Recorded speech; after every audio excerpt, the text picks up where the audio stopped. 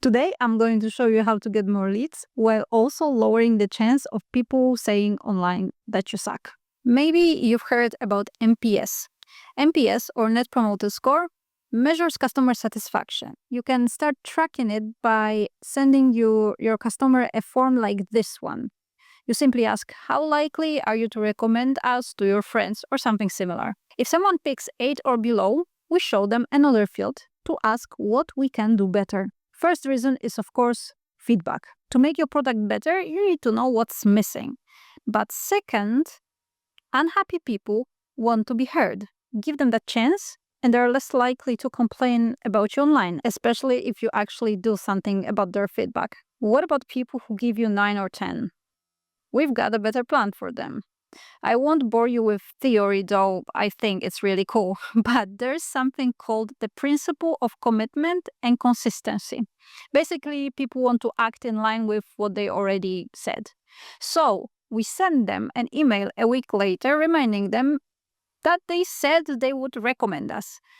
And now is their chance to actually do it. Doing this by hand would be a pain, so we'll automate it with n8n. I've just realized it almost rhymes. As you can see, I made my form in Tally.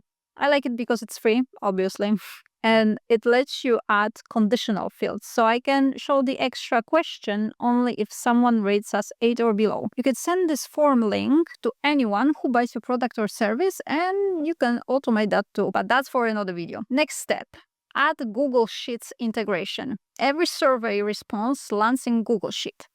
Now, in the Google Sheet, we add an extra column, send email at. This tells us when and if we want to send an email to that person. I've got the formula here for every row. If the score is 9 or 10, it adds 7 days to the submitted date. This way we control exactly when to send the email. Make sure the date is in the same format you use in your automation. You're going to see soon what I mean. Here I use European format, so day, 2 digits, month, 1 or 2 digits, depending on the month, year, 4 digits. Set it by selecting the column, then format, number, custom date, and time. Now let's jump into the automation. Finally, the trigger is a schedule trigger. It runs the workflow once a day at 8 a.m. Of course, you can set it up as you like. Next, I added a note with values you can update yourself. Quick note, there is a link to this template in the description, so you can download it and later import it to your own n8n.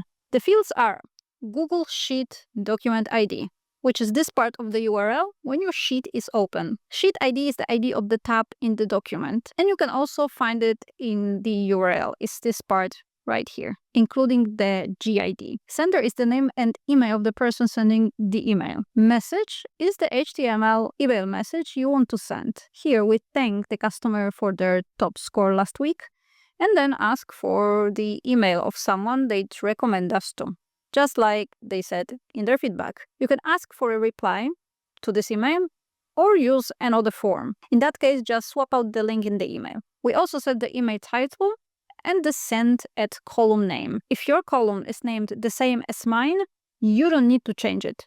Now we use all of these values. First, I need to know today's date and format it the same way as in the sheet. Then, in the fetch promoter step, we pull all records where send email at equals today. Finally, we send the email to everyone who should get it. I use Bravo for that, or whatever you are supposed to pronounce it. If you don't have a lot of emails, you can use your SMTP from your hosting provider, but check your limits first. I prefer Bravo. Their free plan is generous and perfect for small businesses. And that's it. This way you'll probably get more leads and less people complaining about your products or services. Of course, assuming that you're doing your best and you run your business ethically. The template is in the description. Bye!